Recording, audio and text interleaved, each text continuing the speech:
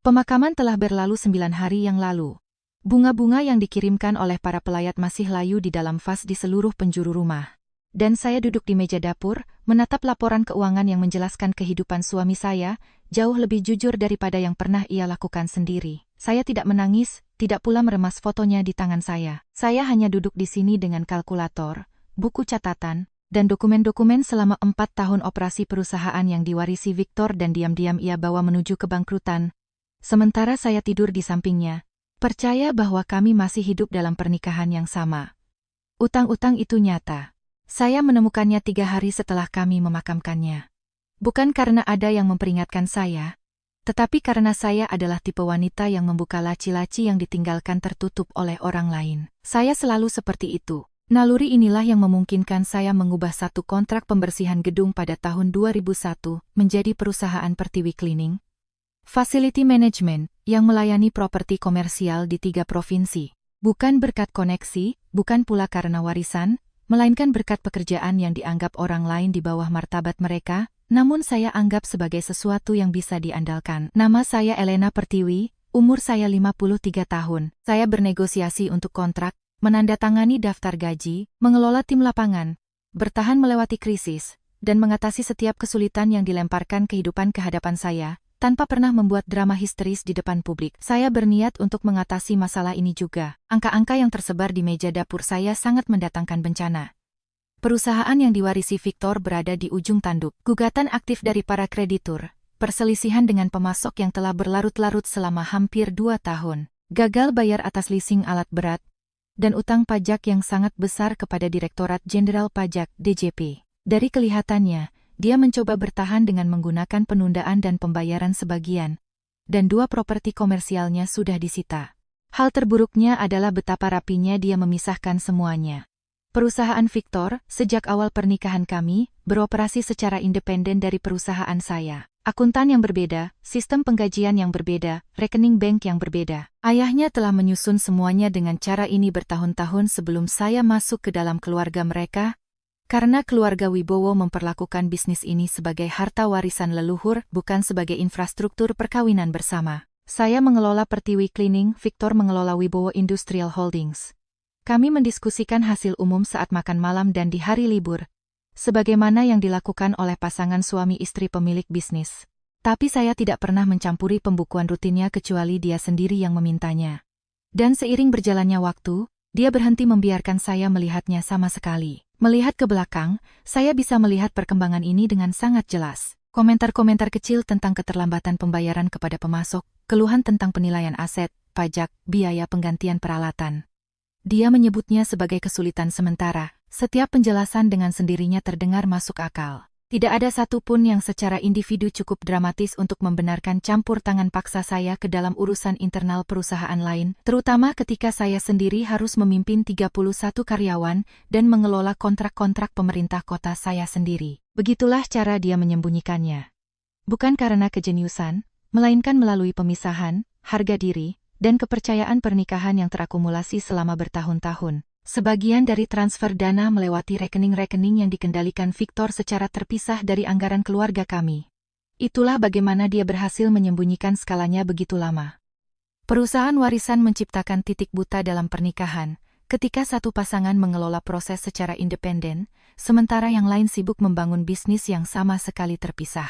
Sebagian besar malam tadi saya habiskan untuk menggabungkan semuanya ke dalam satu angka akhir. Sebuah angka yang bisa saya paksa diri saya untuk melihatnya secara langsung.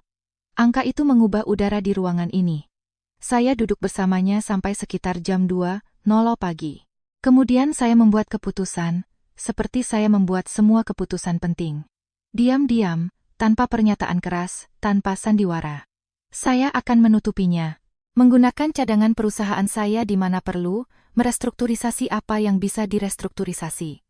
Mengambil alih apa yang tidak bisa, menghabiskan beberapa tahun ke depan untuk membersihkan apa yang ditinggalkan Victor.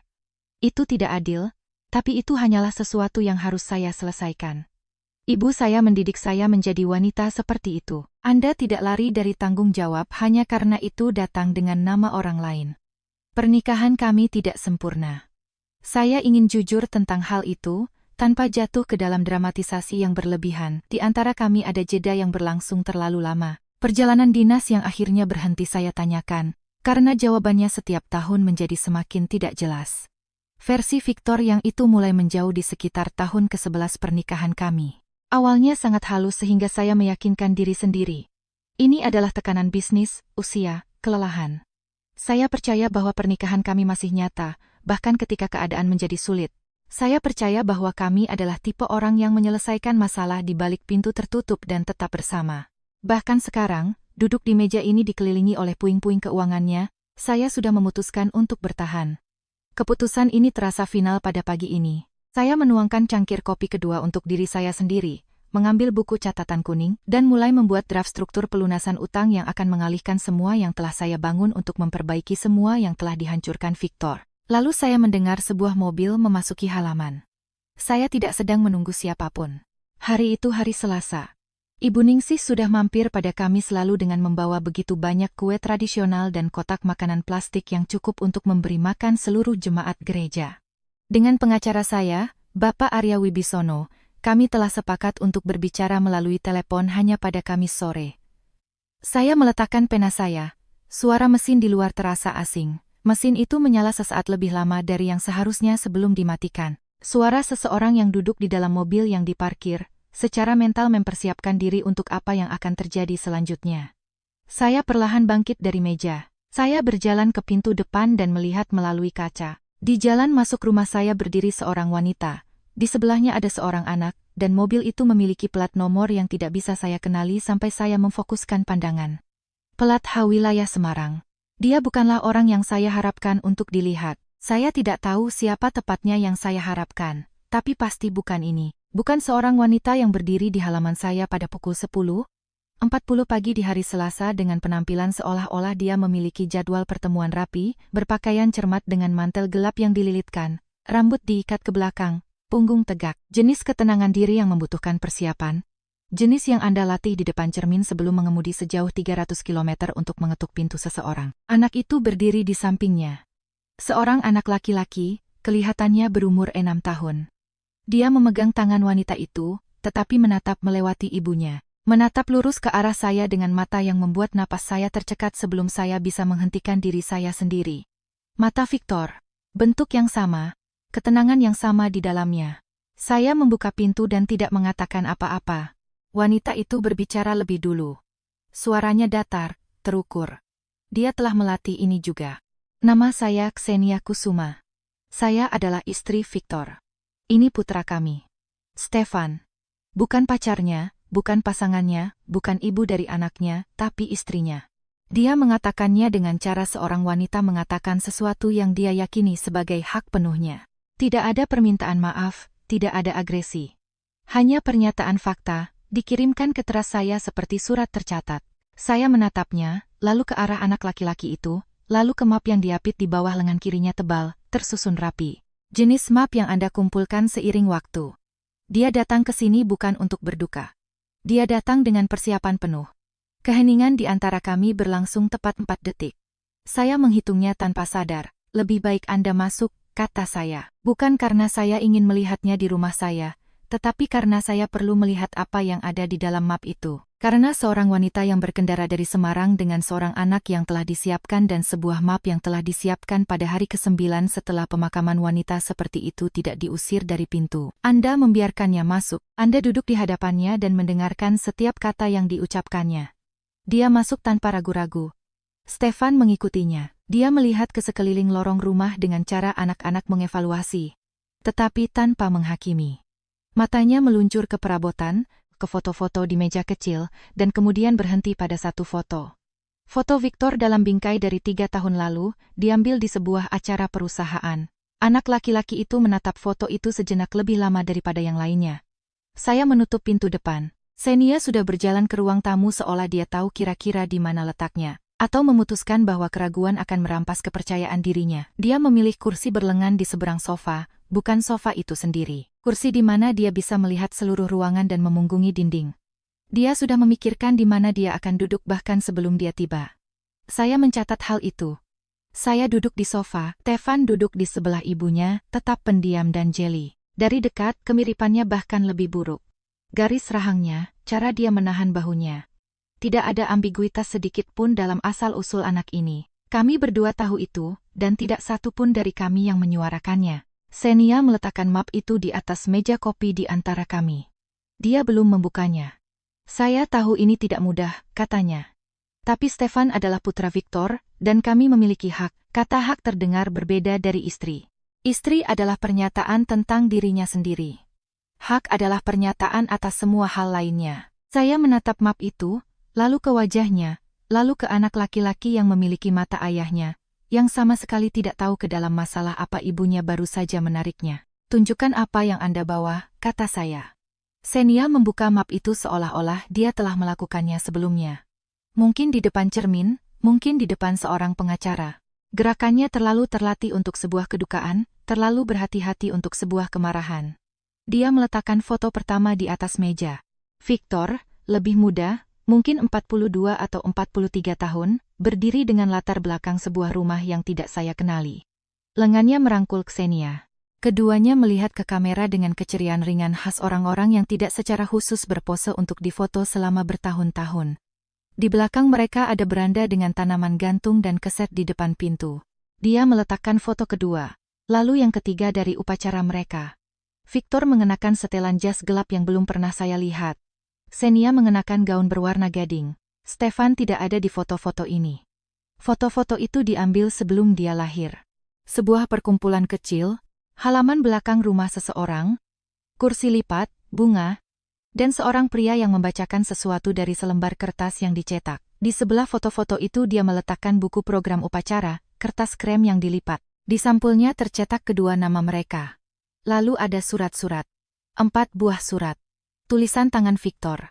Saya akan mengenalinya di mana saja, karena dia menekan pena dengan kuat pada setiap tarikan ke bawah.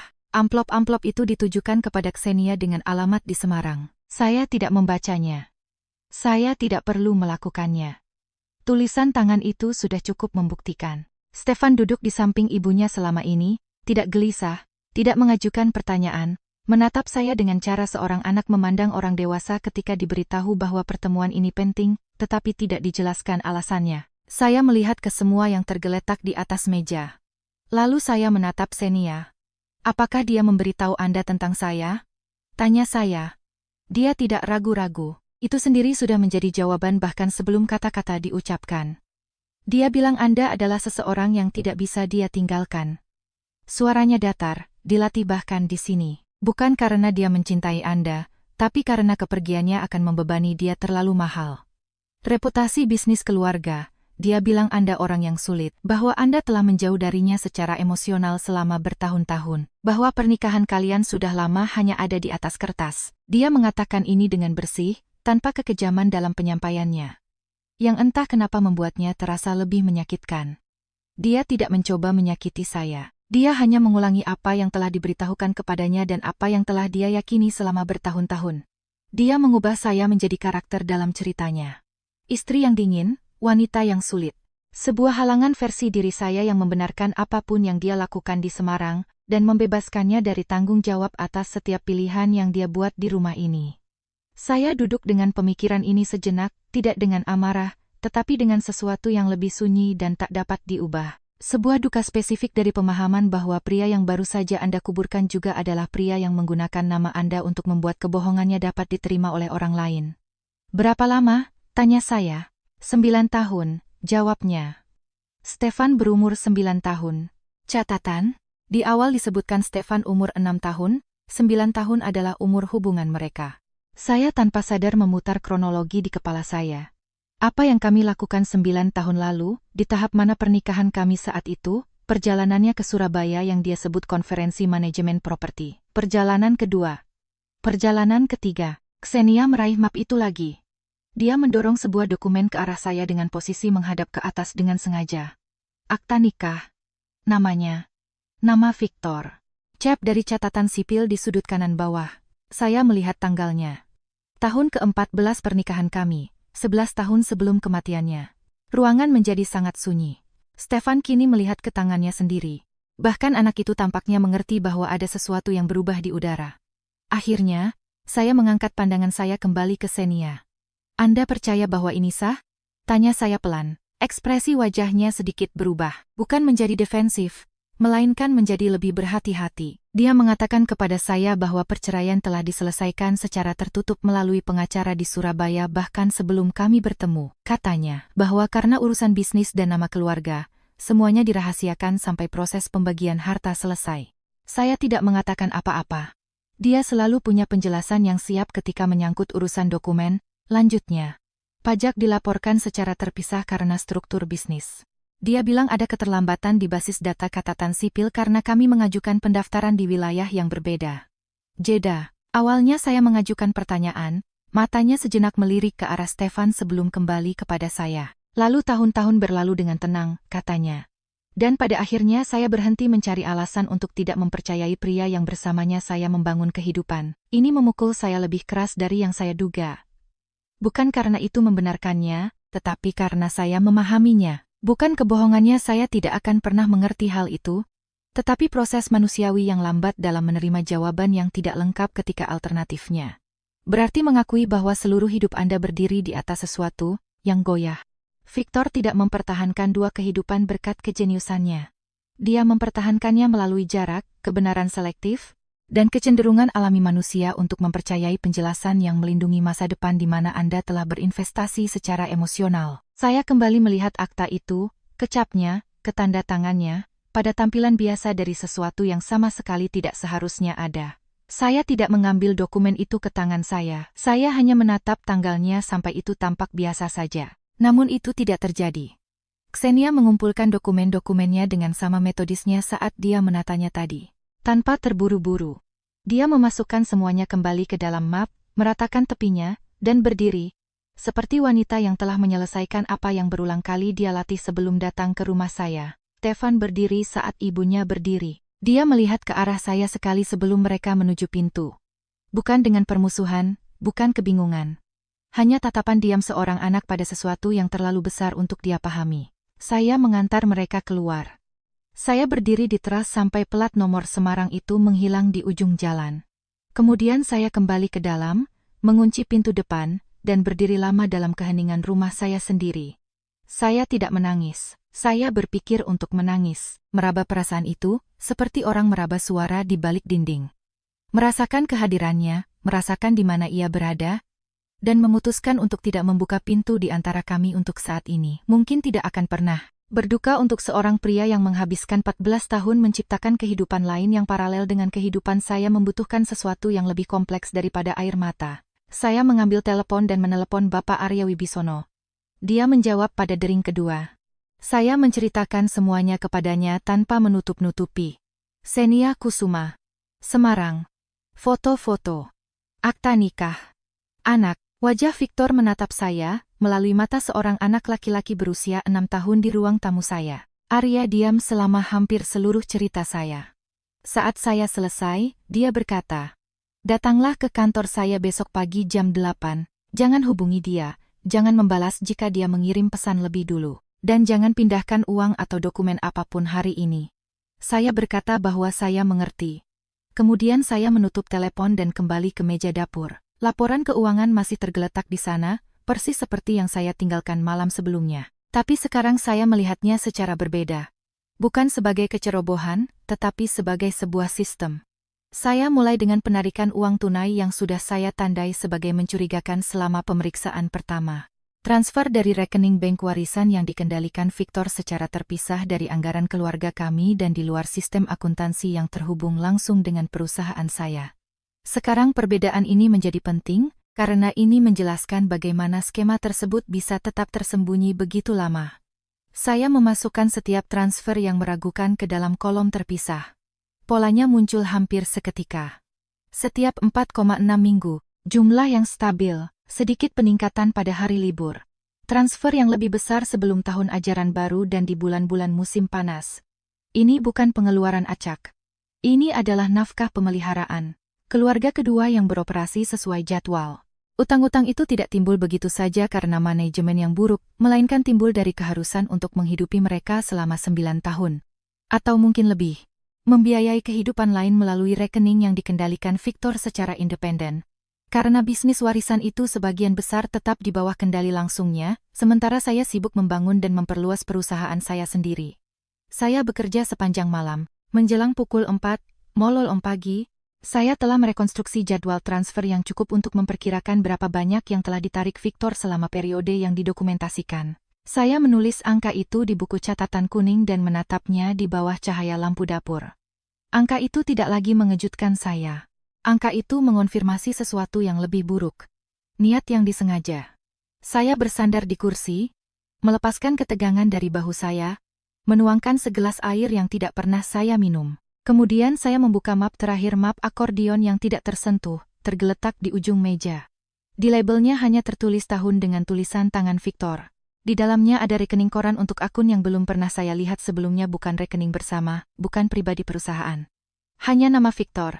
Saya mempelajari riwayat transaksi dengan cermat. Sebagian besar aktivitas di akun tersebut lambat, pergerakan yang jarang, saldo yang sederhana, tidak ada yang cukup besar secara individu untuk menarik perhatian jika seseorang melihat sekilas melalui laporan keuangan umum.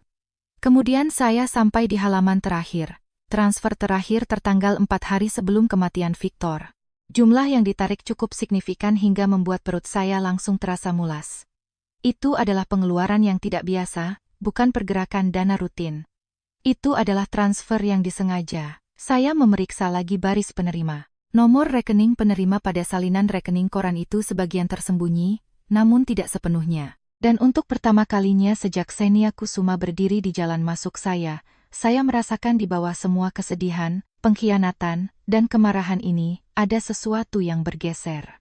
Bukan emosi. Kekurigaan, saya menatap lagi tanggal transfer di bawah lampu dapur 4 hari sebelum kematian Victor dan tiba-tiba, waktu transfer ini tidak lagi tampak seperti kebetulan. Kantor Bapak Arya Wibisono terletak di lantai 14 sebuah gedung perkantoran di pusat kota Surabaya. Namanya tertera di papan, dan tidak ada yang berlebihan di dinding. Dia memang pria yang seperti itu. Penghematan yang presisi dalam segala hal.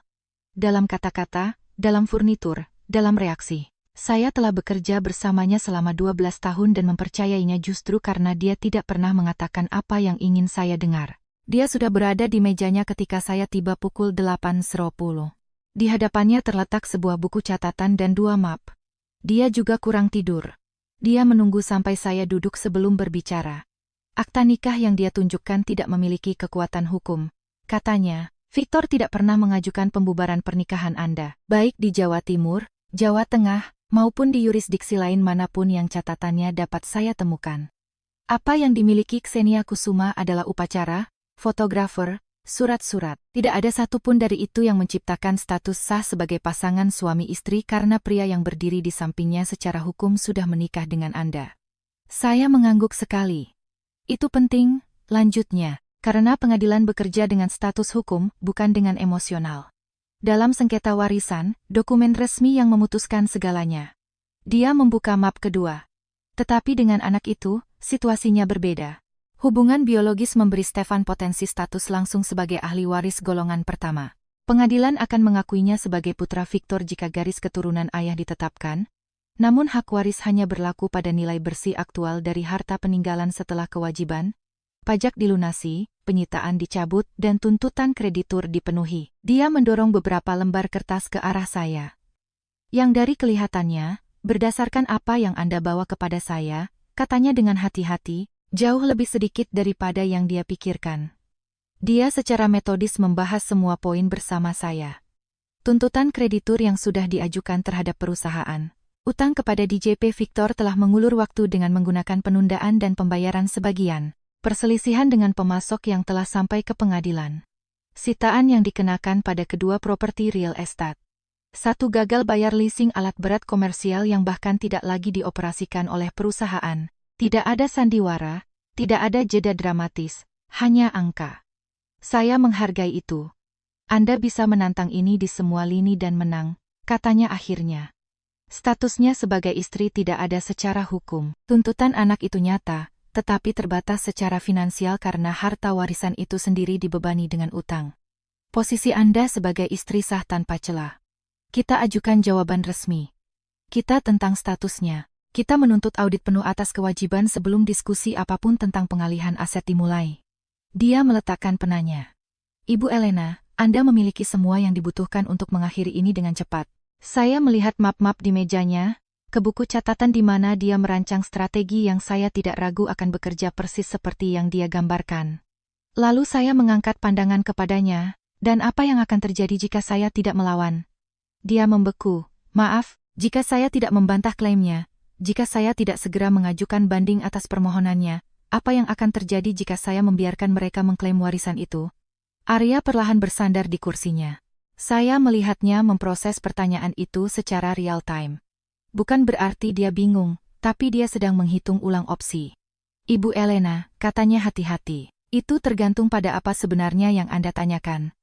Saya sedang menanyakan pertanyaan hukum. Dia menahan pandangan saya sesaat lebih lama sebelum menjawab. Berdasarkan hukum di Indonesia, jika seorang ahli waris menerima warisan, dia juga menerima semua utang pewaris hingga sebatas nilai properti yang dialihkan kepadanya. Utang tidak hilang saat pergantian kepemilikan. Klaim kreditur juga ikut berpindah. Tunggakan pajak? Ya. Penyitaan properti? Ya. Saya mengangguk. Arya kini mempelajari saya dengan sangat saksama. Setiap pengacara kompeten yang mewakili kepentingan mereka biasanya akan melakukan audit kewajiban penuh sebelum menyarankan untuk menerima warisan, katanya. Terutama bila melibatkan ahli waris di bawah umur. Pengadilan dan Balai Harta Peninggalan juga akan memerintahkan tinjauan independen sebelum menyelesaikan pengalihan aset apapun yang memengaruhi kepentingan anak. Saya mengerti. Apakah Anda benar-benar mengerti? Suaranya menjadi lebih pelan. Karena begitu informasi tentang utang masuk ke dalam materi perkara, ini bukan lagi tentang warisan, melainkan tentang kerugian. Tidak ada pengacara harta warisan yang serius akan membiarkan kliennya mewarisi bisnis yang runtuh. Kecuali dia percaya bahwa di bawah utang-utang itu tersembunyi nilai yang nyata. Saya mempertimbangkan hal ini, dan kemudian mengajukan pertanyaan yang sebenarnya menjadi alasan saya datang ke sini. Dan jika seseorang memasuki proses ini dengan keyakinan penuh bahwa Victor meninggalkan kekayaan, bukan utang, dan orang itu akan menekan dengan cukup agresif sebelum melihat struktur utang secara keseluruhan, bisakah inersia itu berbalik melawan mereka nantinya? Arya menatap saya dengan tatapan panjang. Dengan sangat lambat, saya melihat makna pertanyaan saya menyerap ke dalam dirinya. Ini bukanlah kedukaan, bukan penyerahan diri, ini adalah strategi. Dia menautkan jari-jarinya. Itu mungkin, katanya hati-hati. Tergantung pada seberapa jauh mereka melangkah secara prosedural sebelum mereka melihat gambaran utuhnya. Saya mengambil tas saya butuh gambaran utuhnya, kata saya. Setiap kewajiban, setiap gugatan yang belum diproses, setiap risiko yang terkait dengan nama Victor, perusahaannya, propertinya. Semuanya, Arya. Hari Jumat, saya berdiri sebelum dia sempat mengatakan hal lain. Melalui punggung saya bisa merasakan dia masih duduk di sana. Mencoba memutuskan apakah wanita yang keluar dari kantornya ini sedang jatuh ke dalam histeria diam-diam, atau sedang memulai perhitungan berdarah dingin. Arya menelepon pada hari Jumat pagi pukul 7.45. Dia berkata, "Datanglah jam 9 belang." Dalam suaranya terdapat kerataan spesifik dari seseorang yang telah menatap angka-angka selama 2 hari, angka-angka yang lebih suka tidak ia temukan. Saya sudah berpakaian. Ketika saya tiba, dia telah menyusun semuanya. Kali ini bukan 2 map. 5 map tergeletak di meja rapat sesuai urutan yang dia inginkan untuk saya tinjau. Dia menelusuri setiap map bersama saya tanpa basa-basi. Pertama, perusahaan 3 gugatan aktif dari kreditur yang sudah terdaftar resmi di pengadilan, pemasok-pemasok yang terus diberi janji dan pembayaran sebagian oleh Victor, cukup lama hingga 2 dari mereka sudah menyewa pengacara sendiri. Utang kepada DJP telah mencapai jumlah yang mana denda telah ditambahkan selama 22 bulan berturut-turut, karena Victor terus meminta penangguhan tetapi tidak pernah membayar. Gagal bayar leasing untuk 2 unit alat berat komersial yang tidak lagi digunakan perusahaan, tetapi masih terikat kontrak. Kemudian properti 2 objek dengan pembebanan. Villa di Batu yang diwarisi Victor dari ayahnya, dan sebidang tanah komersial yang dibelinya 7 tahun lalu namun tak pernah dibangun. Keduanya memiliki utang yang melebihi nilai jual objek pajak, NOP dan nilai pasar saat ini. Arya meletakkan penanya ketika dia selesai. Angka yang dia tulis di bagian bawah buku catatannya bukanlah angka yang telah saya persiapkan, bahkan setelah semua yang saya temukan sendiri. Angka itu tergeletak di halaman tersebut seperti sesuatu yang bersifat fisik, seperti beban yang berat. Saya menatapnya cukup lama. Lalu saya memandang keluar jendela. Saya teringat pagi itu, 3 minggu yang lalu sebelum pemakaman, sebelum Xenia, sebelum semua ini mulai terbentuk. Saat saya duduk di meja dapur saya, dan membuat keputusan untuk menutupinya menggunakan Pertiwi Cleaning untuk menyerap apa yang ditinggalkan Victor. Saya membangun perusahaan ini dari nol. 14 kontrak di tahun pertama, 41 di tahun ketiga. Sebuah reputasi yang dibangun atas dasar bahwa kami muncul di tempat yang tidak didatangi orang lain, dan memberikan apa yang dijanjikan tanpa perlu diingatkan. Saya siap mempertaruhkan semua itu demi utang-utangnya. Saya menatap angka di buku catatan itu lagi. Lalu saya teringat laporan triwulan terakhir perusahaan saya. Bersih, menguntungkan, dengan tingkat pertumbuhan yang telah saya kerjakan selama 22 tahun. Kontrak di 3 provinsi, staf yang terdiri dari 31 orang, yang mata pencahariannya bergantung pada daftar gaji yang saya tanda tangani setiap 2 minggu. 2 dunia yang berbeda tergeletak di atas satu meja. Yang satu saya bangun dengan tangan dan pikiran saya sendiri selama 2 dekad. Yang lain dia warisi dan secara diam-diam dia bongkar selama 9 tahun untuk mendanai kehidupan yang tidak saya ketahui sama sekali. Saya tadinya bersedia mengorbankan yang pertama untuk menyelamatkan yang kedua. Kini, kesediaan itu terasa berbeda, bukan tindakan mulia, bukan tanggung jawab, melainkan harga yang terlalu mahal dengan cara yang tidak sepenuhnya saya sadari sampai menit ini. Saya menatap Arya. Jika seseorang secara sukarela menerima warisan ini, kata saya, baik dengan mengetahui atau tidak mengetahui keseluruhan gambarannya, apakah dia akan bertanggung jawab secara hukum atas semua yang terkait dengannya? Dia memandang saya dengan saksama. Kami sudah membahas ini pada hari Rabu, tapi dia mengerti saya tidak sedang mengulanginya. Saya sedang mengonfirmasi sesuatu, menutup pintu yang telah saya hadapi selama 3 hari. Ya, katanya, dengan menerima warisan, semua aset dialihkan bersamaan dengan semua kewajiban yang melekat padanya. Saya mengangguk. Saya melihat angka itu sekali lagi.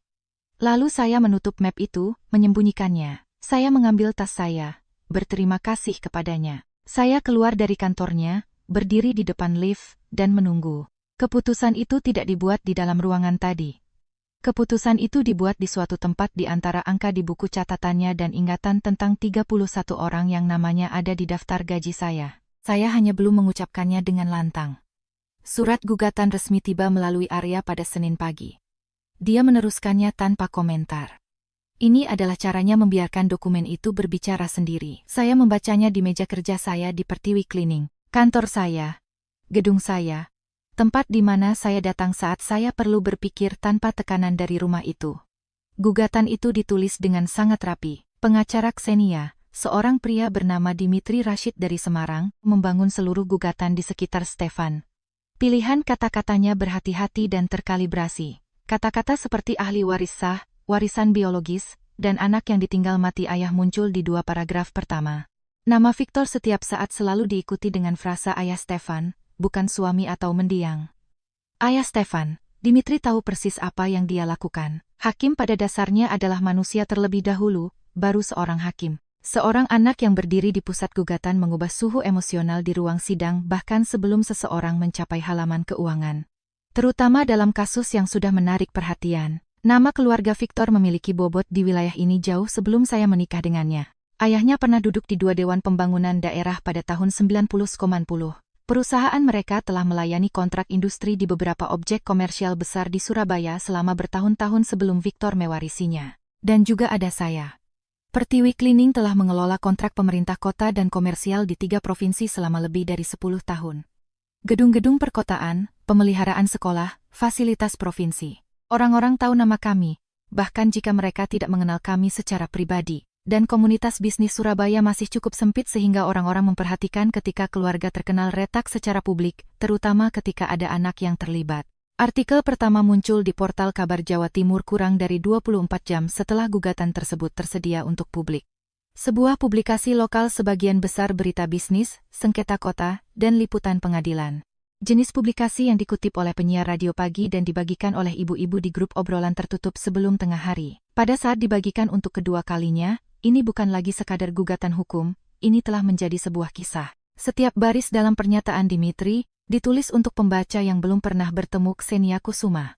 Setiap kalimat secara diam-diam dan metodis mempromosikan ide yang sama. Seorang anak yang berduka sedang dirampas dari apa yang menjadi haknya. Saya meletakkan dokumen itu. Saya teringat Stefan yang duduk di meja saya, bagaimana dia menatap foto Victor di meja kecil dan menahan pandangannya di sana 1 detik lebih lama daripada hal lainnya. Seorang anak laki-laki berusia 6 tahun yang kehilangan ayahnya dan tidak mengerti apa yang sedang dibangun orang dewasa di sekitarnya dengan menggunakan namanya. Dia bukanlah sebuah strategi, dia adalah seorang anak. Ibunya telah membangun argumen hukum seputar duka anak itu, biologinya, dan wajahnya. Dan dia tidak salah bahwa hal-hal itu nyata. Dia hanya menggunakan hal-hal yang nyata untuk tujuan yang penuh perhitungan dan menyebutnya keadilan. Saya mengerti perbedaannya. Saya tidak langsung menelepon Arya. Saya duduk bersama gugatan itu selama hampir 40 menit dan membacanya kembali 2 kali. Saya ingin memahami bagaimana tepatnya Dimitri berniat untuk membawa kasus ini melalui pengadilan sebelum audit keuangan penuh memperlambatnya. Dan disinilah saya menemukan titik lemah pertama. Gugatan itu secara agresif menekankan pada hak waris, sambil hampir tidak mengakui adanya kewajiban utang. Membatasi diri pada frasa standar, Dimitri memosisikan kasus ini secara emosional terlebih dahulu mendorong pengakuan ahli waris, akses ke properti, sebelum struktur utang penuh menjadi pusat diskusi. Ini memberitahu saya sesuatu yang penting. Dia percaya bahwa di balik nama Victor ada aset-aset yang layak untuk diburu dengan cepat. Dan mungkin, Xenia juga percaya akan hal itu. Pada saat Arya menelepon di sore hari, saya telah mengidentifikasi 3 tempat di mana, karena terlalu percaya diri, Dimitri kurang berhati-hati dari yang seharusnya. Saya sudah membacanya, kata saya, mengangkat telepon. Ada satu hal lagi, katanya. Nadanya menjadi sedikit lebih kering. Nada yang sama yang dia gunakan saat ada berita yang membutuhkan persiapan sebelum disampaikan. Xenia Kusuma memberikan komentar kepada Kabar Jawa Timur pagi ini. Artikelnya sudah menyebar ke seluruh kota. Saya perlahan bersandar di kursi saya. Dan apa yang dia katakan? Bahwa dia mencoba melindungi masa depan putranya, yang jalur oksigennya diputus oleh istri sah Victor. Istri sah. Pilihan kata yang menarik dari seorang wanita yang percaya bahwa dia sendiri sudah menikah. Ada foto kedua, lanjut Arya. Di tangga pengadilan, anak itu ada di sampingnya. Saya memejamkan mata sesaat. Wajah seorang anak laki-laki berusia 6 tahun diikat ke dalam strategi hukum bahkan sebelum dia cukup umur untuk memahami kata pengadilan. Kemarahan mengalir melewati saya dengan bersih dan kemudian mengendap. Bukan pada anak itu, tidak akan pernah pada anak itu, tetapi pada perhitungan seorang wanita yang tahu persis apa yang akan mengikat emosi publik jika mereka diberi kesempatan. Biarkan dia menulis, kata saya. Jangan merespons secara publik, jangan mempublikasikan apapun. Mengerti? Jeda. Ada satu hal lagi. Saya menunggu. Pagi ini, seorang wanita mendatangi kantor saya, bukan Xenia Kusuma, wanita lain. Ada sesuatu yang sedikit berubah dalam nadanya pada 2 kata terakhir. Dia mengatakan bahwa dia juga menjalin hubungan dengan Victor selama 4 tahun. Mengklaim bahwa Victor memperkenalkan dirinya sebagai seorang duda. Keadaan di sekitar saya menjadi sangat sunyi. Dia menginginkan uang? Tanya saya. Tidak. Jawaban ini sangat mengejutkan saya hingga saya terdiam.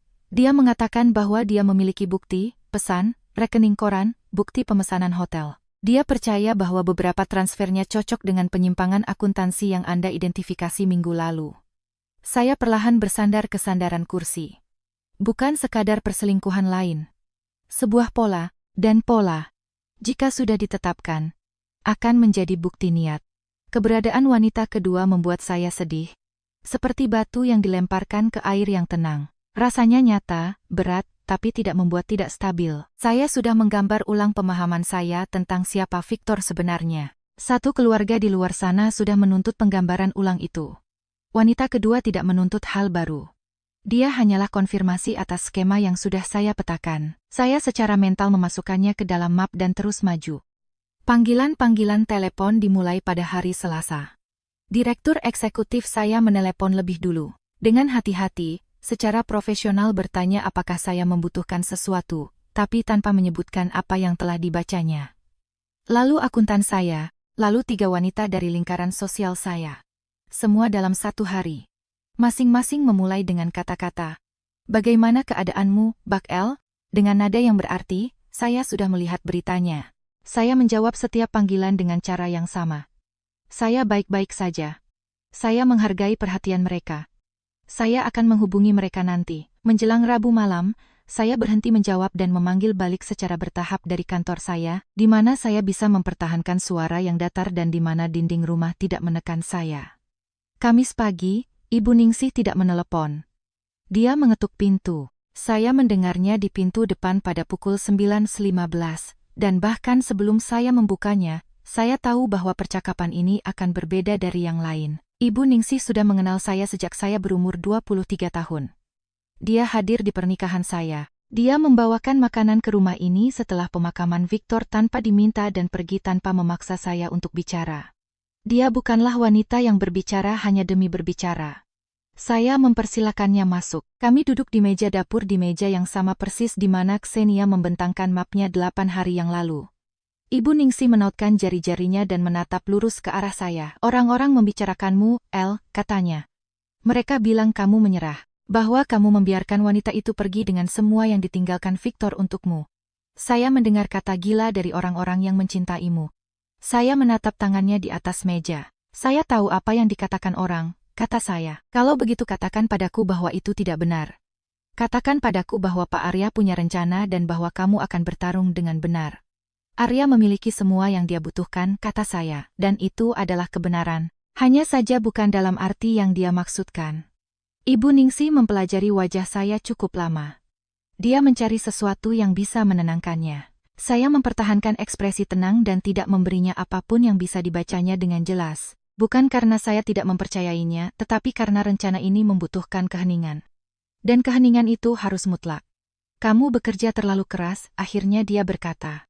Suaranya merendah, tidak ada lagi kepedulian terhadap opini publik. Hanya seorang wanita yang telah mengamati saya membangun sesuatu selama 20 tahun, berbicara langsung tentang ketakutannya. Jangan biarkan kesedihan memaksamu menyerahkan apa yang menjadi milikmu. Tidak akan, kata saya. Dia pergi 15 menit kemudian, masih merasa cemas. Saya melihat dari jendela saat mobilnya menjauh, dan merasakan beban khusus karena dicintai oleh seseorang yang saat ini belum bisa Anda beritahu kebenarannya. Saya membuka artikel kabar Jawa Timur di ponsel saya. Foto Ksenia dengan Stefan di sampingnya di tangga pengadilan. Ekspresi wajahnya diatur untuk kamera dengan cara yang telah saya pelajari untuk mengenalinya. Permainan seorang wanita yang membutuhkan publik melihatnya sebagai pemenang.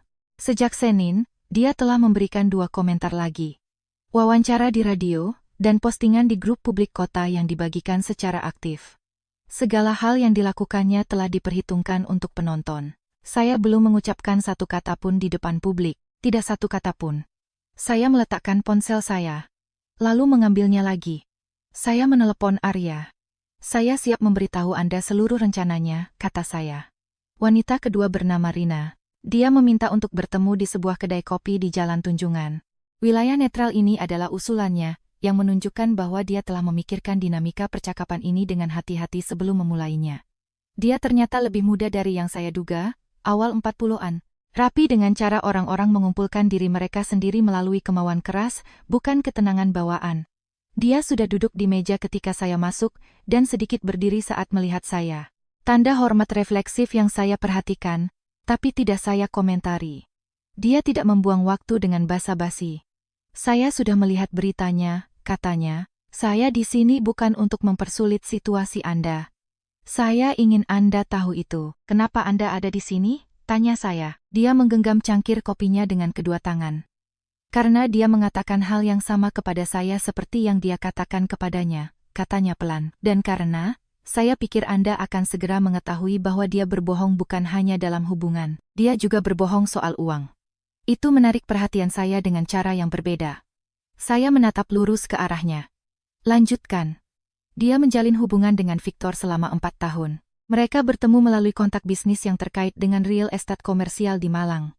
Victor menampilkan dirinya sebagai seorang pria yang terjebak dalam pernikahan yang telah mati secara emosional bertahun-tahun lalu. Istri yang lebih mementingkan kontrak dan ekspansi bisnis daripada keintiman. Rumah yang berjalan berdasarkan jadwal, bukan cinta. Dia menggunakan nama Anda, Ibu Elena. Dia mengucapkannya dengan kelelahan spesifik dari seorang pria yang mencoba membuat pengkhianatan terdengar masuk akal. Dia merasa kasihan padanya. Saya sejenak berhenti pada bayangan ini. Victor, di meja-meja restoran dan bar hotel, mengubah saya menjadi pembenarannya. Istri yang sulit, beban yang secara emosional tidak hadir, yang dia tanggung dengan mulia, lalu menemukan penghiburan di tempat lain. Dia telah mengubah saya menjadi karakter pendukung dalam cerita yang dibuat untuk membenarkannya. Namun Rina datang bukan hanya untuk mengaku soal perselingkuhan. 3 bulan sebelum kematian Victor, menurut Rina, dia mulai berbicara secara berbeda tentang uang gugup, terus-menerus memeriksa ponselnya, keluar dari ruangan untuk menjawab panggilan telepon, mengeluh tentang tekanan dari pemasok dan pemberitahuan dari pajak. Suatu kali, dan hanya sekali itu, dia menjatuhkan sebuah kalimat yang melekat di ingatan Rina. Jika Elena pernah melihat pembukuan penuhnya, dia akan pergi. Saya tidak mengatakan apa-apa. Rina dengan hati-hati mengeluarkan sebuah amplop tipis dari tasnya dan mendorongnya ke arah saya. Saya tahu Anda telah menyampaikan melalui pengacara Anda bahwa Anda tidak mencari skandal, katanya. Ini bukan skandal. Di dalamnya ada salinan pemesanan hotel, laporan perjalanan, dan tangkapan layar transfer yang dilakukan Victor padanya pada periode di mana, menurutnya, dia sedang menunggu pembayaran yang tertunda dari rekanan bisnis. Jumlahnya secara individu tidak astronomis, tetapi sama persis dengan beberapa penarikan tidak teratur yang sudah saya identifikasi dalam laporan keuangan perusahaan. Bukan hanya perselingkuhan. Skema pencucian dana.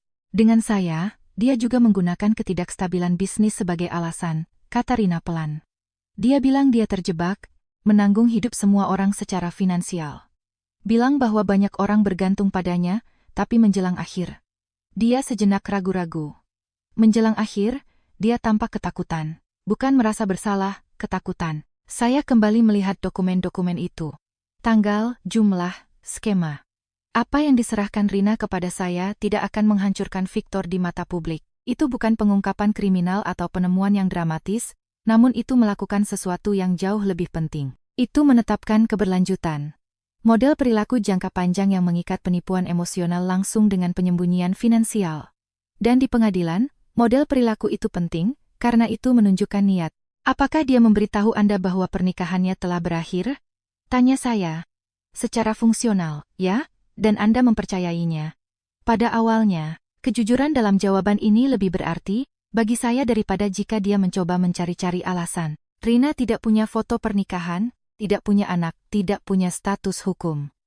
Dia menghubungi Arya karena ketika artikel di Kabar Jawa Timur keluar, dia menyadari bahwa, mungkin, dia bukanlah satu-satunya wanita yang dibohongi Victor. Dia menarik kembali permintaan apapun untuk keterlibatannya bahkan sebelum pertemuan itu berakhir. Diam-diam, tanpa sandiwara, tanpa air mata, tanpa usaha untuk menempatkan dirinya di pusat apapun. Saya mempercayainya ketika dia mengatakan dia tidak membutuhkan apa-apa selain saya mengetahui kebenaran sebelum proses peradilan melangkah terlalu jauh. Dia pergi lebih dulu. Saya tetap di meja itu beberapa menit setelah kepergiannya. Saya tidak berduka untuk Victor di kedai kopi ini. Duka itu telah mengubah bentuknya. Apa yang menyedihkan saya sekarang adalah sesuatu yang lebih sunyi dan tak dapat diubah. Saya berduka untuk wanita yang diubahnya menjadi saya ketika saya tidak ada di sana untuk membela diri. Istri yang dingin. Wanita yang sulit. Sebuah alasan pembenaran, saya telah menghabiskan berhari-hari untuk bersiap menutup utang-utangnya. Bahkan sebelum ada yang mengetuk pintu saya dan menuntut hak atas warisan, saya siap menggunakan cadangan perusahaan saya sendiri untuk membersihkan apa yang dia tinggalkan. Dan di suatu tempat di antara Surabaya dan Semarang, Victor menggunakan kesetiaan saya sebagai kamuflas. Itulah bagian yang harganya paling mahal bagi saya. Saya menyetir kembali ke kantor saya, duduk di meja kerja, dan membuka laptop. Saya membuat dokumen baru. Di baris subjek saya mengetik 4 kata. Ini yang akan kita lakukan. Dan kemudian saya mulai menulis. Arya Wibisono membaca dokumen yang saya kirimkan kepadanya malam sebelumnya, dan dia tidak memotongnya dengan menelepon. Di pihak saya, itu dilakukan dengan sengaja. Saya membutuhkan dia untuk memahami keseluruhan struktur sebelum bereaksi terhadap bagian manapun darinya. Ketika dia akhirnya menelepon pada hari Jumat pagi, suaranya terdengar memiliki intonasi khusus dari seseorang yang telah menghabiskan waktu berjam-jam untuk menghitung ulang asumsi yang tidak lagi dia percayai. Datanglah, katanya. Saya sudah berada di dalam mobil. Ketika saya tiba, dia sedang tidak duduk di mejanya, melainkan berdiri di dekat jendela dengan dokumen yang telah dicetak di tangannya. 3 halaman dengan spasi tunggal. Saya menulisnya persis seperti saya menjalankan bisnis saya. Tidak ada kata-kata yang berlebihan dalam setiap langkah dalam urutan operasional. Saya duduk. Dia tetap berdiri sesaat sebelum mengambil kursinya. Jelaskan padaku ini, ucapnya. Dengan keras. Saya mengangguk. Prosedur pengalihan warisan mengakui Stefan secara langsung, bukan Xenia. Hubungan biologisnya dengan Victor adalah satu-satunya tuntutan yang dapat dibenarkan secara hukum dalam proses ini. Dan saya mengakuinya secara sukarela sebelum pengadilan memaksa saya melakukannya. Arya membuat catatan, itu penting, Karena itu menghapus semua kecurigaan bahwa saya mencoba mencabut hak waris anak itu karena ketidaksukaan pribadi.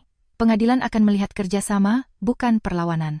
Sebuah catatan lagi, karena Stefan masih di bawah umur, tidak ada pengalihan yang dapat diselesaikan tanpa peninjauan oleh Balai Harta Peninggalan, BHP, KPAI dan pengawasan pengadilan.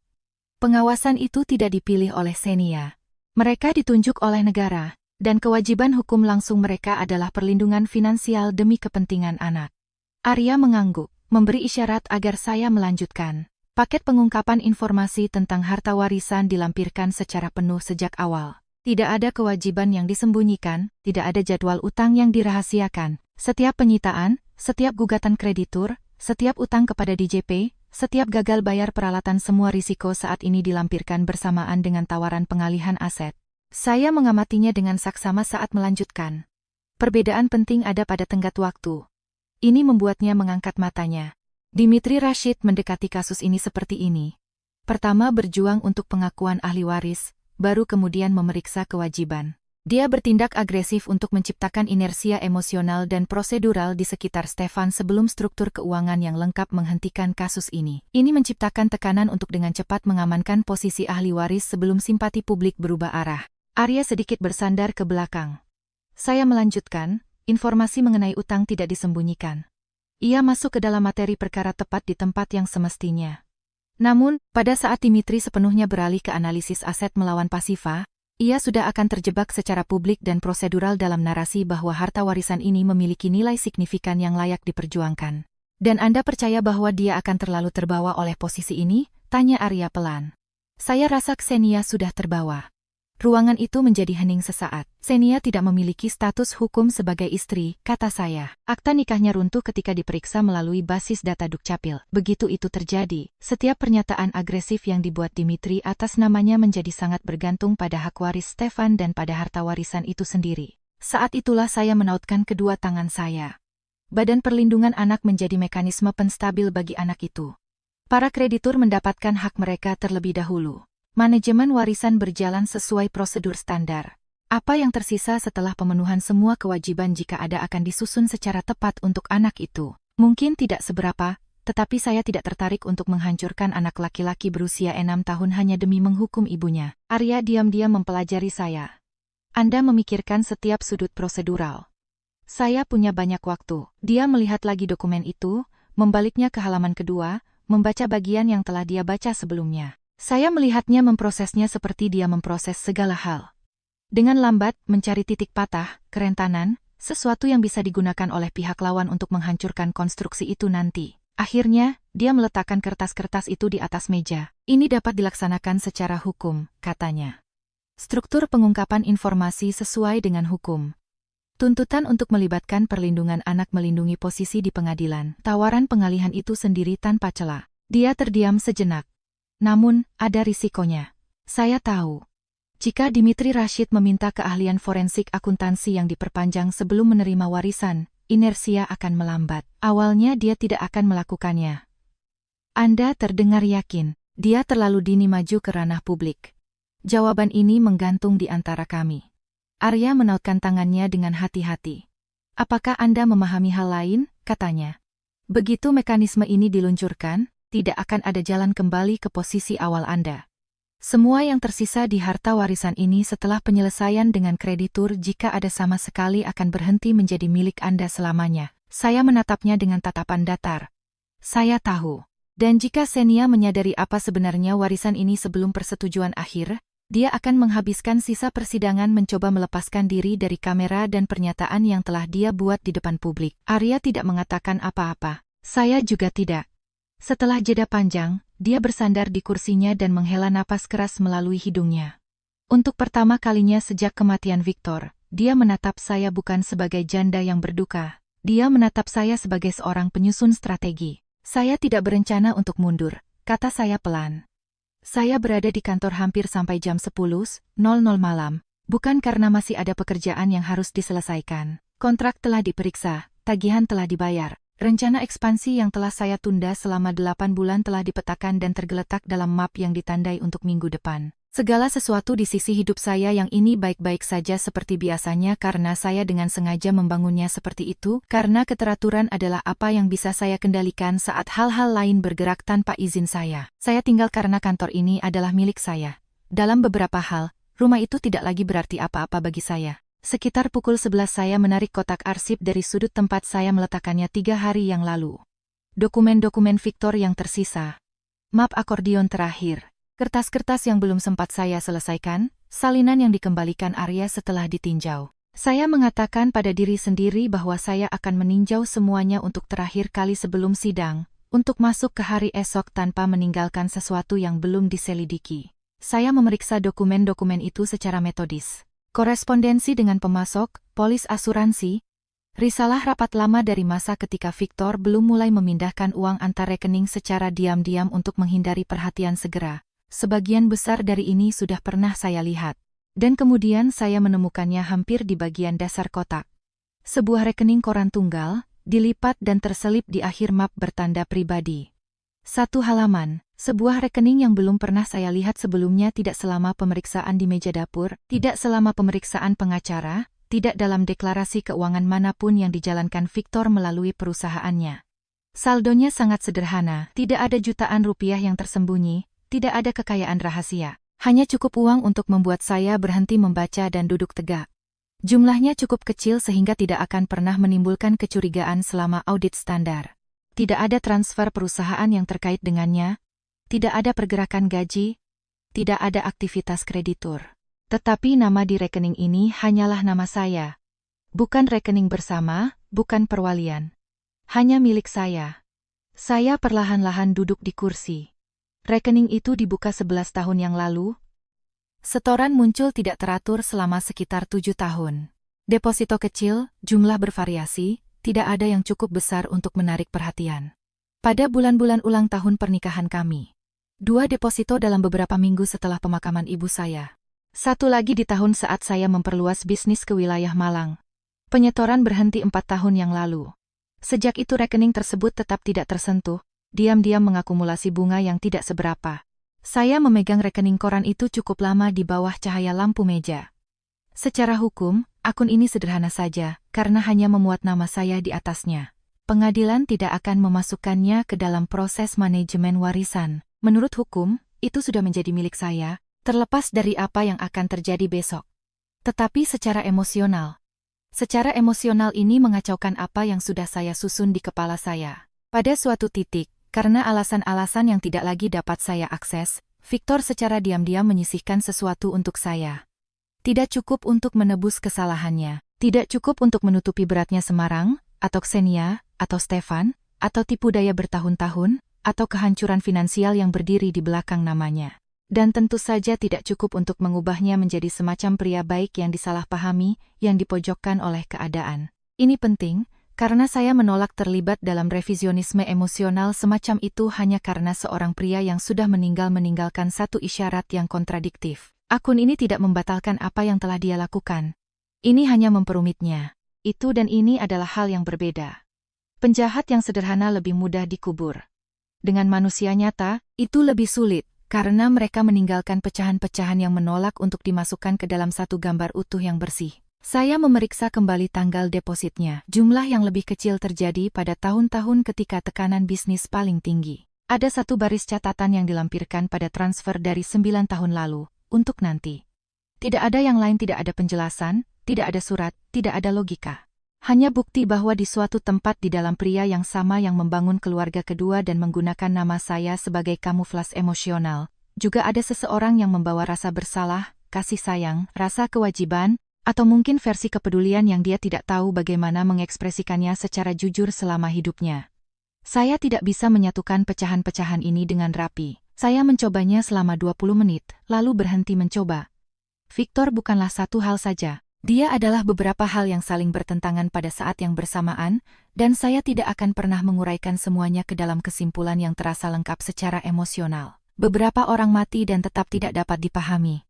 Saya dengan hati-hati meletakkan rekening koran itu di dalam tas saya, menutup kotak arsip itu, dan meletakkannya di dekat pintu kantor agar diambil pada Senin pagi. Kemudian saya mematikan lampu meja dan berdiri di sana, di kantor yang gelap, dengan tangan masih disakelar. Butuh sesuatu bagi saya untuk meninggalkan ruangan ini, bukan kesedihan dalam arti harfiah. Kesedihan telah mengubah bentuknya beberapa bab yang lalu. Ini terasa berbeda. Seperti penerimaan akhir dari fakta bahwa di dasar cerita Victor, tidak akan pernah ada satu jawaban yang jelas yang menunggu. Tidak akan ada dokumen terakhir yang menjelaskannya secara utuh. Tidak akan ada halaman tersembunyi yang bisa menyeimbangkan yang lainnya. Hanya fragmen, ada yang buruk, ada yang manusiawi, dan semuanya tidak lengkap.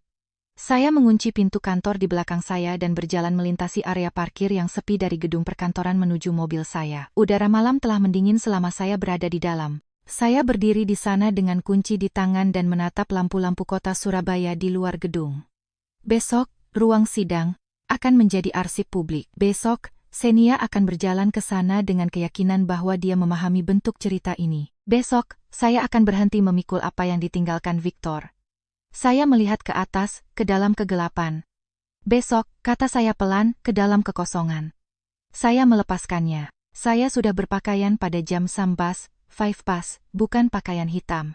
Saya melihat gaun hitam yang tergantung di lemari dan meninggalkannya di sana. Saya memilih celana abu-abu tua, blus merah marun gelap, dan blazer yang saya kenakan pada hari saya menandatangani kontrak untuk memperluas Pertiwi Cleaning ke provinsi ketiga. Pakaian wanita yang pergi bekerja. Itulah satu-satunya pengaturan yang saya butuhkan hari ini. Saya tiba di pengadilan negeri pada pukul 8.40. Sidang dijadwalkan pada pukul 10. Saya menemukan bangku di dekat ruang sidang yang tepat dan duduk. Meletakkan tangan saya di pangkuan dengan bebas. Tidak ada apa-apa di samping saya. Tidak ada koper kerja, tidak ada drama untuk publik, tidak ada kedukaan yang tidak terlihat yang diatur dengan hati-hati untuk orang asing. Gedung itu perlahan-lahan dipenuhi orang. Sidang lain, keluarga lain, pengacara lain yang membawa map yang cukup tebal untuk mengubah kehidupan seseorang. Di lorong itu menggantung atmosfer pengadilan yang sama dan familiar. Kecemasan yang dibungkus dengan kesopanan. Orang-orang yang berpura-pura tenang saat menunggu sistem yang lebih besar dari diri mereka sendiri untuk membuat keputusan. Saya sudah membuat keputusan saya beberapa minggu yang lalu. Ketenangan yang muncul setelah keputusan dibuat secara alami tercermin dalam postur saya. Saya tidak perlu memalsukannya. Pada dembilan, 12 ponsel saya bergetar. Ibu Ningsih, saya berdoa untukmu nak, 5 kata, tidak ada tanda koma. Begitulah cara Ibu Ningsih selalu menulis ketika emosi menghilangkan semua formalitas darinya. Saya menatap pesan itu lebih lama dari yang saya niatkan. Ibu Ningsih telah hadir secara diam-diam dalam hidup saya selama 30 tahun. Tidak pernah lantang soal kesetiaan, tidak pernah bermain untuk publik. Hanya ada di sana dengan cara beberapa wanita yang mampu hadir secara andal dan terus-menerus dalam kehidupan orang lain. Dia masih khawatir. Dia akan terus khawatir sampai dia mendengar bagaimana ini semua berakhir. Saya mengetik satu kata sebagai balasan. Terima kasih. Kemudian meletakkan ponsel dengan layar menghadap ke bawah di bangku sebelah saya. Pada pukul 19.27 saya mendengar mereka sebelum saya melihat mereka. Suara langkah kaki, beberapa orang berjalan dengan tujuan yang terkoordinasi di sepanjang koridor pengadilan. Langkah kaki yang mantap. Koper beroda. Tempo spesifik dari orang-orang yang percaya bahwa inisiatif sudah berada di tangan mereka. Saya mengangkat pandangan. Xenia muncul dari ujung lorong dengan mantel warna gading yang ketat, yang dipilih dengan sangat cermat sehingga saya tahu dia telah menghabiskan banyak waktu untuk memilihnya. Stefan berjalan di sampingnya dalam balutan jas gelap yang disetrika rapi, pendiam seperti biasa. Dimitri Rashid mengikuti setengah langkah di belakang, membawa tas kerjanya dengan postur seorang pengacara yang di kepalanya sudah menyusun pernyataan pers pasca sidang. Saya melihat mereka mendekati ruangan. Xenia segera melihat saya. Dia tidak memalingkan pandangannya. Saya juga tidak. Kami menahan kontak mata selama 2 detik penuh. 2 wanita yang selamanya terikat oleh seorang pria yang sudah tidak hidup lagi untuk menjelaskan apapun. Lalu dia memalingkan wajahnya lagi dan berjalan terus. Apa yang saya rasakan saat melihatnya bukanlah kemenangan, bukan pula amarah. Itu adalah sesuatu yang lebih sunyi. Karena di suatu tempat di balik itu semua Xenia masih percaya bahwa dia sedang berjalan menuju keselamatan. Penyelamatan, menuju apa yang dijanjikan Victor kepadanya di sisi lain dari semua ini. Keyakinan itu membuatnya tampak lebih manusiawi di mata saya daripada yang saya inginkan. Bapak Arya Wibisono tiba pada Demelan 35 dan duduk di sebelah saya. Dia menatap tangan saya yang kosong terlebih dahulu, kemudian menatap wajah saya. Kesempatan terakhir, katanya pelan. Begitu kita masuk ke dalam dan data tentang kewajiban dilampirkan secara resmi ke dalam berkas, nada persidangan ini akan berubah selamanya. Saya memandang lurus ke depan. Apakah Anda pikir Dimitri Rashid sudah mengerti? Tanya saya. Tidak, kata Arya. Saya pikir dia mengerti bahwa ada utang. Tapi saya tidak berpikir dia mengerti skalanya. Saya mengangguk sekali. Dan Xenia, keheningannya menjadi jawaban sebelum kata-kata diucapkan. Tidak, katanya akhirnya. Pintu ruang sidang terbuka sebentar. Kasus sebelumnya telah selesai. Para pengacara keluar lebih dulu, diikuti oleh sebuah keluarga yang berbicara terlalu pelan untuk bisa didengar. Arya menyesuaikan mindset ke mejanya. Jika Dimitri Rashid meminta penangguhan yang panjang setelah meninjau jadwal utang secara penuh, Hakim Ketua Ratna kemungkinan akan memberi mereka waktu terbatas untuk meninjaunya sebelum keputusan akhir, katanya. Tapi dokumen resmi, daftar utang, pertanyaan tentang status hukum semua ini akan masuk ke dalam catatan hari ini, terlepas dari apapun. Saya tahu, dia menatap saya lekat-lekat, bukan sebagai pengacara yang mempelajari klien, melainkan sebagai pria yang masih berusaha memutuskan apakah apa yang akan saya lakukan adalah belas kasihan atau strategi. Mungkin juga keduanya. Panitera pengadilan keluar ke lorong dan memanggil kasus kami. Saya berdiri, merapikan blazer saya. Saya tidak mengambil apa-apa, karena saya tidak punya apa-apa untuk diambil. Tidak ada map, tidak ada kertas, tidak ada pidato yang dilatih untuk menunggu momen dramatis yang tepat. Semua yang saya butuhkan untuk hari ini sudah saya bawa ke gedung ini sebelum saya melewati pendeteksi logam, keputusan saya. Tidak ada yang lain. Ruang sidang ternyata lebih kecil dari yang saya bayangkan mengingat beratnya peristiwa yang akan terjadi di dalamnya. Hakim Ketua, Ibu Ratna Dewi, memimpin jalannya sidang.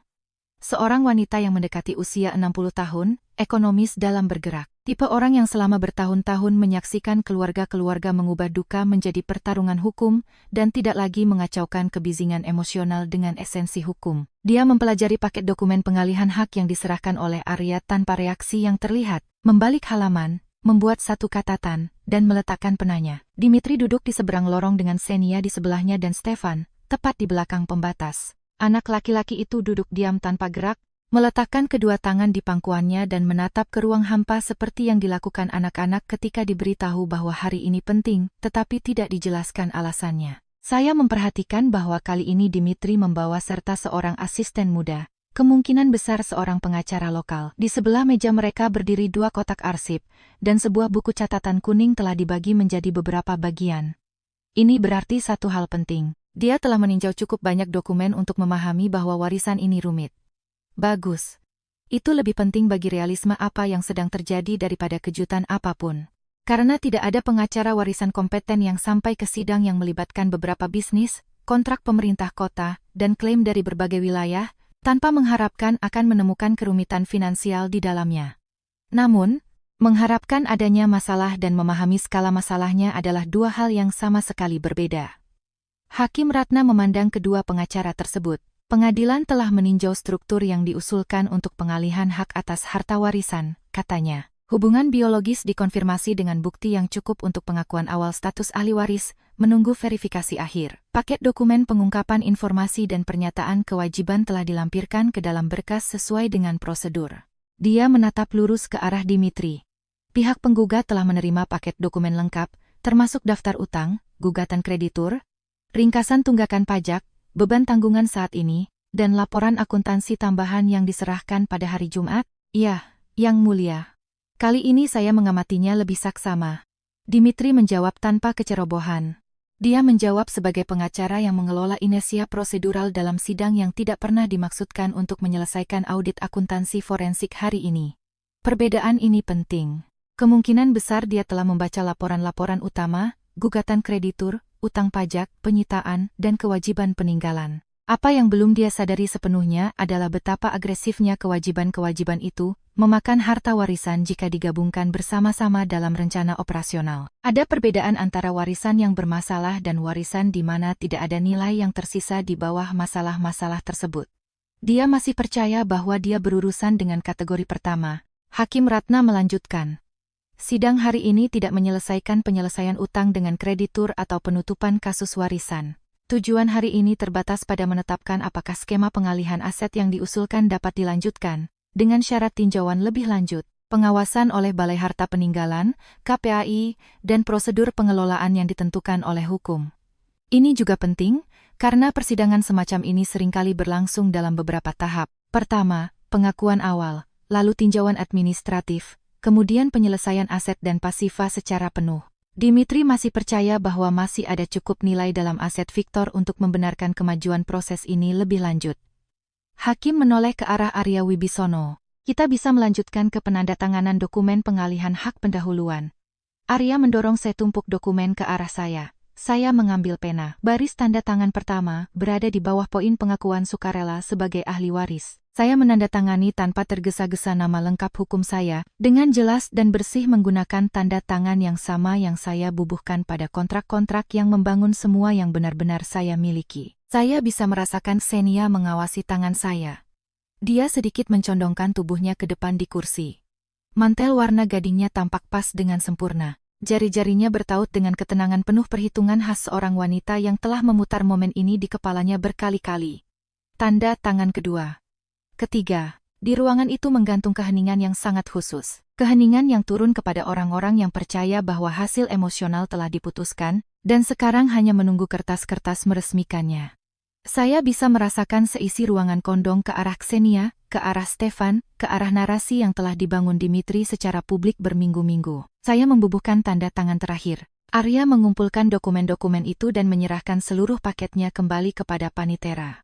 Hakim Ratna memeriksa tanda tangan tersebut, membubuhkan parafnya di halaman konfirmasi prosedur, dan kemudian menyerahkan materi tersebut kepada Dimitri untuk ditinjau oleh pihak penerima dan dipertimbangkan untuk ditandatangani balasan. Bukan kemenangan akhir, bukan pengalihan yang sepenuhnya selesai, melainkan kemajuan prosedural formal untuk kasus ini. Dimitri mengambil paket itu dengan percaya diri. Keyakinan ini memiliki arti yang jauh lebih besar daripada sikap tergesa-gesa. Karena masalahnya bukan dia sama sekali mengabaikan informasi mengenai utang tersebut. Masalahnya adalah dia percaya bahwa utang-utang itu hanyalah kesulitan yang dapat diatasi, yang terikat pada aset yang pada dasarnya berharga. Dia masih mengira di bawah semua kerusakan itu tersembunyi sesuatu yang substansial. Sesuatu yang layak dibela dengan agresif demi kliennya. Saya meletakkan pena saya. Di belakang pembatas, Stefan sedikit bergeser dari tempat duduknya. Sekadar mengubah posisi setelah duduk tanpa gerak terlalu lama, Xenia berpaling kepada saya. Senyuman di wajahnya tidak kejam, bukan pula cemoohan. Itu adalah senyum seorang wanita yang percaya bahwa ketidakpastian bertahun-tahun akhirnya berayun ke arahnya. Wanita yang menempuh jarak ratusan kilometer, menyewa pengacara, berdiri di depan kamera, menarik anaknya ke dalam proses peradilan publik, dan akhirnya tiba di momen di mana seperti yang dia bayangkan semua itu akan terbayarkan. Saya memandangnya dengan tatapan datar, dan selama sedetik hanya 1 detik saya melihat ada kelegaan di balik keyakinan itu. Bukan keserakahan. Kelegaan. Ini membuat segalanya menjadi lebih berat, karena bagaimanapun juga, Xenia Kusuma benar-benar percaya bahwa Victor telah meninggalkan sesuatu yang layak diperjuangkan untuknya dan Stefan. Dia belum menyadari bahwa Victor meninggalkan hal yang sama bagi semua orang, sebuah bangunan runtuh yang disamarkan sebagai rasa aman. Hakim Ratna menginstruksikan Dimitri untuk meninjau kembali dokumen-dokumen pendukung tersebut sebelum menunjuk seorang wali dan melanjutkan sidang berikutnya. Dimitri membuka paket itu lagi, kali ini lebih lambat. Saya memperhatikannya saat meninjau grafik tambahan, prioritas pembayaran kreditur, agunan silang atas pinjaman, perhitungan denda di JP, serta penilaian real estate dibandingkan dengan saldo utang yang ada. Asistennya mendekat di pertengahan bagian kedua. Perubahan pertama yang terlihat bukanlah kepanikan, melainkan konsentrasi. Konsentrasi nyata yang menggantikan sandiwara ruang sidang, persis di saat seorang pengacara menyadari bahwa angka-angka yang menjadi dasar kasusnya dapat sepenuhnya mengubah strategi. Dimitri membalik kembali 2 halaman, membaca sesuatu lagi. Dia tidak membuat catatan apapun. Dan untuk pertama kalinya pada pagi itu, saya melihat wajahnya kehilangan sebagian rasa percaya dirinya sangat kecil, hampir tidak terlihat, tetapi itu ada di sana. Saya bersandar dengan tenang di sandaran kursi dan tidak mengucapkan sepatah kata pun. Dimitri telah membuka paket itu dengan keyakinan terkontrol layaknya seseorang yang meyakini dirinya akan memasuki tahap akhir administratif dari sebuah kemenangan yang telah diamankan secara emosional beberapa minggu yang lalu. Dia memulainya dari struktur pengalihan, kalimat tentang pengakuan hubungan biologis, skema pewarisan awal, jadwal kerjasama dengan pihak perlindungan anak, dan rincian aset. Penanya bergerak yakin di margin, membuat catatan prosedural kecil. Bukan catatan seseorang yang menemukan bahaya, tetapi catatan seseorang yang mengonfirmasi struktur yang ia harapkan. Di sebelahnya, Xenia duduk dengan tangan terlipat rapi di atas meja. Senyum yang muncul sebelumnya mulai melembut, tapi belum menghilang. Kini senyum itu berdiam tenang di wajahnya, ekspresi seseorang yang akhirnya mendekati ujung dari jalan yang panjang dan tidak menentu. Di belakang mereka, Stefan duduk mematung dalam setelannya, lebih memperhatikan profil ibunya daripada suasana ruang sidang itu sendiri. Dimitri membalik halamannya. Bagian selanjutnya menguraikan struktur operasional yang terkait dengan aset perusahaan Victor. Materi standar yang dilampirkan pada kasus warisan. Kini ia bergerak lebih cepat. Penanya masih membuat catatan, meski tak sesering sebelumnya. Lalu gerakan penanya melambat, tidak secara mendadak, namun secara bertahap. Seolah sebuah mobil melambat ketika pengemudinya melihat sesuatu di kejauhan, tapi belum sepenuhnya menyadari bahwa ia harus mengerem. Matanya kembali ke dua baris sebelumnya, lalu ke halaman utuh sebelumnya. Ia membacanya sekali lagi. Xenia segera menyadari hal ini. Saya melihat perubahan itu terjadi di bahunya terlebih dulu sedikit ketegangan, nyaris tak terlihat kecuali jika Anda sudah mengawasi bahasa tubuhnya seperti yang saya lakukan. Dimitri terus membaca. Di halaman berikutnya terdapat grafik kreditur, 3 gugatan aktif yang sudah resmi diajukan ke pengadilan terhadap perusahaan yang terkait dengan warisan. Total sisa utang yang belum terbayar. Daftar pengacara dari pihak penggugat. Status penyitaan dijelaskan dengan bahasa yang sederhana. Penanya kini benar-benar berhenti bergerak. Dia membalik satu halaman lagi. Kewajiban kepada DJP. Denda akumulatif selama 22 bulan dan risiko tanggung jawab renteng atas tidak dibayarnya pajak. Angka di bagian bawah halaman ini mengubah atmosfer ruang sidang bahkan tanpa satu kata pun yang terucap. Ruangan itu berubah. Tidak dramatis, hanya hening seperti suhu yang anjlok secara tiba-tiba. Senyum Xenia sirna seutuhnya. Seketika, digantikan oleh kekosongan penuh kewaspadaan dari seseorang yang mencoba memahami apakah kepanikan bisa dibenarkan sebelum membiarkannya meledak keluar. Dimitri terus membaca. Gagal bayar leasing peralatan, batas kredit di bawah nilai jaminan real estate yang melampaui taksirannya, gugatan pemasok yang sedang berjalan, dan beban silang atas aset bisnis yang diwariskan. Saya menyaksikan postur tubuhnya berubah sepersekian detik demi sepersekian detik. Bukan karena ketidakmampuan, bukan karena kebodohan ini, adalah kalkulasi yang runtuh di depan mata secara real-time. Dia memasuki proses ini dengan meyakini bahwa persoalan utamanya adalah seberapa banyak nilai aset yang bisa dia amankan untuk kliennya. Kini ia mendapati bahwa persoalan yang jauh lebih besar adalah apakah harta warisan ini masih memiliki nilai bersih sama sekali setelah melunasi semua utang. Lalu ia sampai pada bagian dengan kutipan dari registrasi sipil milik negara. Pencarian fakta pembubaran pernikahan dari satu yurisdiksi ke yurisdiksi lain. Dukcapil Jawa Timur, Jawa Tengah, Jakarta. Tidak ada pendaftaran, tidak ada perceraian, tidak ada putusnya pernikahan sah antara Victor dan saya dari awal hingga akhir. Dimitri berhenti membaca. Keheningan di ruang sidang kini terasa memiliki bobot fisik. Hakim Ratna memperhatikannya dengan saksama dari balik tangannya yang bertaut, tidak terkejut, sekadar menunggu. Dimitri menatap grafik utang itu sekali lagi, lalu ke sertifikat dari catatan sipil, lalu perlahan mengalihkan pandangannya pada Xenia. Xenia seketika menatap wajahnya, mencari jalan keluar, sebuah penjelasan, versi kejadian yang masih berujung pada keamanan, bukan utang. Namun wajah Dimitri tidak lagi menunjukkan ekspresi semacam itu. Untuk pertama kalinya sejak proses ini dimulai, ia terlihat seperti seorang pengacara yang sedang menghitung ulang risiko, bukan yang mencari keuntungan. Akhirnya, Hakim Ratna angkat bicara. Kuasa hukum penggugat. Suaranya terdengar datar. Apakah pihak penerima memerlukan waktu tambahan untuk meninjau sebelum melakukan tanda tangan silang dan menjadwalkan penunjukan pihak pengawas anak? Inilah dia, jalan keluarnya. Dimitri tidak langsung menjawab. Keraguannya mengatakan segalanya kepada saya, karena persoalannya bukan lagi sekadar kesalahpahaman hukum. Persoalannya adalah inersia prosedural. Gugatan publik, pernyataan pers, berminggu-minggu yang dihabiskan untuk memperjuangkan hak waris secara agresif sebelum analisis utang diselesaikan. Mundur saat ini tak akan menghapus semua itu. Di sebelahnya, Xenia memanggil namanya pelan. Pak Dimitri. Tidak keras, melainkan lebih buruk daripada keras. Kebingungan. Dimitri mencondongkan tubuhnya ke arahnya dan mengucapkan sesuatu yang terlalu pelan untuk bisa saya dengar. Saya berdiri, saya tidak mengumpulkan apa-apa. Karena saya tidak membawa apa-apa selain keputusan yang telah saya buat berhari-hari lalu. Saya mencondongkan badan ke arah Arya. Terima kasih, kata saya pelan. Lalu saya mengambil tas saya dan berjalan menuju pintu ruang sidang dengan langkah yang tidak mengisyaratkan ketergesaan. Di belakang saya mendengar Ksenia memanggil nama Dimitri untuk kedua kalinya, kali ini lebih tajam. Dan di bawah suara itu, untuk pertama kalinya sejak ia tiba di Surabaya, saya mendengar ketakutan. Saya tidak menoleh. Saya langsung menuju kantor saya dari pengadilan. Bukan pulang ke rumah, tidak ke tempat manapun yang menuntut saya untuk duduk di dalam struktur kehidupan yang baru saja saya tutup secara resmi. Ke kantor saya, Pertiwi Cleaning and Facility Management, tepat di depan pintu kaca dengan nama yang tertulis dalam huruf logam mate yang sama, yang saya pilih bertahun-tahun lalu karena saya ingin itu terlihat seperti sesuatu yang dibangun untuk bertahan lama. Saya memarkir mobil di tempat biasa saya, masuk melalui pintu utama, dan mengangguk sekali pada direktur eksekutif di meja resepsionis tanpa berhenti.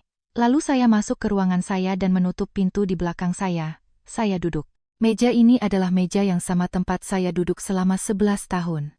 Meja yang sama di mana saya mempelajari laporan triwulanan, merundingkan kontrak, menandatangani daftar gaji, merencanakan ekspansi provinsi demi provinsi tanpa jalan pintas dan tanpa warisan yang bisa membawa saya ke sana. Meja yang sama di mana saya menghabiskan waktu berminggu-minggu bersiap mengorbankan perusahaan saya sendiri untuk menyelamatkan perusahaan Victor yang runtuh sebelum akhirnya saya mengerti apa sebenarnya yang coba saya lindungi. Saya duduk diam dan membiarkan ruangan menjadi tenang di sekitar saya. Di suatu tempat di luar sana di Surabaya, Ksenia Kusuma sedang memulai proses panjang untuk menyadari apa yang sebenarnya terjadi di ruang sidang itu. Bukan secara emosional, melainkan finansial. Prosedur pewarisan akan berlanjut, verifikasi kreditur, kontrol oleh perlindungan anak, penilaian aset. Tidak akan ada yang dramatis. Konsekuensi yang nyata hampir tidak pernah datang dengan cara dramatis. Konsekuensi datang dalam bentuk surat, perintah pengadilan, jadwal, konsultasi, dan revisi proyeksi. Dimitri meminta tambahan waktu untuk mengkaji ulang sebelum menandatangani persetujuan akhir. Hakim Ratna memberikan masa jeda terbatas untuk penilaian oleh pihak perlindungan anak dan analisis utang sebelum pengalihan hak yang tak bisa dibatalkan itu dimulai. Namun, kerusakan utamanya telah terjadi. Narasi publik yang dibangun Ksenia janda yang berduka dan dirampas hak warisnya kini tersanding tepat di sebelah dokumen pengadilan, jadwal utang, status pernikahan yang tidak sah, tagihan DJP, penyitaan, dan gugatan kreditur yang terkait dengan properti yang sama yang ia perjuangkan secara publik.